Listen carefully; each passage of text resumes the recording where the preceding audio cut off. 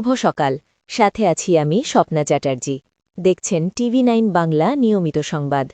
সাতক্ষীরার নলতায় আলহাজ খান বাহাদুর আহসানুল্লাহ এর ৬২তম বার্ষিক ওরস শরীফ উপলক্ষে অনুষ্ঠিত হল এক পরামর্শ সভা।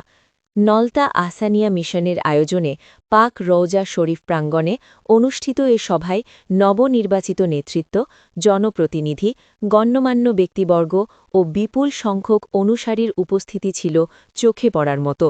চলুন সরাসরি দেখে নিই সাতক্ষীরা প্রতিনিধির পাঠানো বিস্তারিত রিপোর্ট। সোমবার ১৯ জানুয়ারি সকাল ১০টা সাতক্ষীরার নলতায় পাক রাওজা শরীফ প্রাঙ্গণে অনুষ্ঠিত হয় আলহাজ খান বাহাদুর আহসানুল্লাহ রহমতুল্লাহ আলাই এর ৬২তম ওরস শরীফ উপলক্ষে এক বিশেষ পরামর্শ সভা। নলতা কেন্দ্রীয় আহসানিয়া মিশনের উদ্যোগে আয়োজিত এ সভায় সভাপতিত্ব করেন নবনির্বাচিত সভাপতি, বিশিষ্ট দানবীর ও সমাজসেবক আলহাজ মাহফুজুল হক। সভা পরিচালনা করেন নবনির্বাচিত সাধারণ সম্পাদক ড নজরুল ইসলাম। স্বাগত বক্তব্যে অংশ নেন আলিপুর ইউনিয়ন পরিষদের চেয়ারম্যান এবং সাতক্ষীরা ২ আসনের বিএনপি মনোনীত সংসদ সদস্য প্রার্থী আলহাজ আব্দুর রউফ। এছাড়াও বক্তব্য রাখেন এনামুল হক, আলহাজ আব্দুল মালেক সহ আরও অনেকে। বক্তারা বলেন, খান বাহাদুর আহসানুল্লাহ রহমতুল্লাহ আলাই ছিলেন একজন ক্ষণজন্মা মনীষী।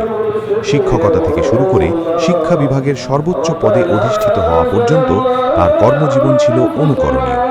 জীবনের শেষ দিন পর্যন্ত তিনি নিজেকে নিবেদিত রেখেছিলেন মানব সেবা ও সমাজ আপলিফমেন্টের কাজে। বক্তারা আরও উল্লেখ করেন, মানব কল্যাণে নিজের জমিজমা বিক্রি করে অসংখ্য উন্নয়নমূলক কাজ করেছেন তিনি। আধুনিক শিক্ষার রূপকার হিসেবে প্রতিষ্ঠিত এই মহান ব্যক্তিত্ব স্রষ্টার এবাদত ও সৃষ্টের সেবা এই মন্ত্রে উদ্বুদ্ধ হয়ে গড়ে তুলেছিলেন আহসানিয়া মিশন।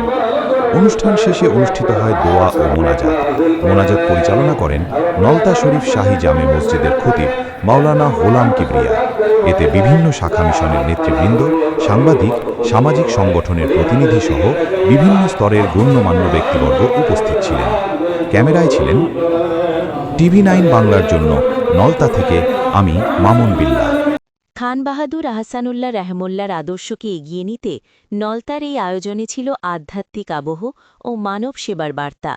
দেখছিলেন আমাদের বিশেষ প্রতিবেদন। আরও খবর ও আপডেট নিয়ে আবার ফিরব। সাথে থাকুন TV9 বাংলা।